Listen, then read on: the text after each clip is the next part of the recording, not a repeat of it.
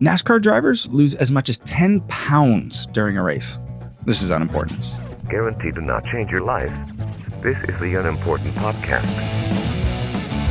Welcome to the Unimportant Podcast. My name is Joe Bob. That is Anthony. Today we're talking about NASCAR drivers, the NASCAR weight loss system. Yeah. I believe it's what it's called. Jenny Craig's NASCAR weight loss system. Yeah. Is NASCAR a sport? Oh, don't get into this. Yes. I feel like if you lose 10 pounds doing something, that has to qualify as a sport. Yeah, but even if you're just sitting there. You're going to get a lot of people that say, well, there's no athleticism involved. And I think there is a lot of I don't know. I don't know what it's like to drive a NASCAR. Then you got the crazy crowd that says, well, gymnastics is not a sport because it's judged and you're not competing against other people and it's all subjective to the judges and what the judges think. I do kind of agree with the judge. Same thing with like boxing. I feel like a judge then becomes a performance.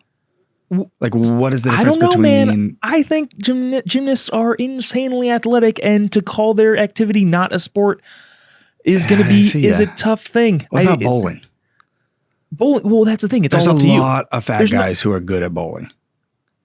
And women. There's a lot of fat women that are good at bowling. I am not willing to call gymnastics not a sport and bowling a sport. So that is definitely a sport. But yeah, just, some people get really... Okay, so now that we have not solved that, let's move on. So many NASCAR drivers lose as much as 10 pounds during a NASCAR race. That's like never mind. Eating some rotten food, and is that how they lose it? Is there like a little toilet underneath their seat? No, it's all sweat. Wow, sweat. So NASCAR cars.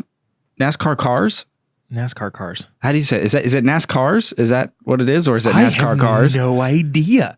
NASCAR cars. I think it's NASCAR cars because NASCAR is like the thing. Somebody email us hello@unimportantpodcast.com. Let us know what we're talking about. We can do a whole nother podcast on this probably. NASCAR cars. So NASCAR cars,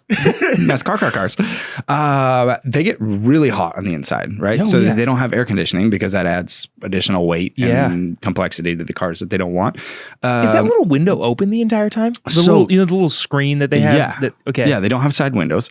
Wow. So the NASCAR season is actually very long. It's 10 months long. It goes from like February to November. So it kind of actually skips like the 2 or 3 coldest months and then goes right through the summer. Some of the early races. Through the summer. Yeah. Oh, when they're racing in like the South. Yeah. Where NASCAR is huge and it gets hot in Alabama. Yeah, it does. So during the beginning of the season, like February through March, during a lot of the races, the inside of the car reaches like 120, 130 degrees. No way. And these are the cool races. By the time you get into the middle of the summer and you're racing in like the Daytona track and all that, the interior of the cars can get up to 170 degrees. What? 170 degrees. With all of that, because they're also wearing like fire retardant clothing, the big helmet. Yep. I did not know that. 170 degrees.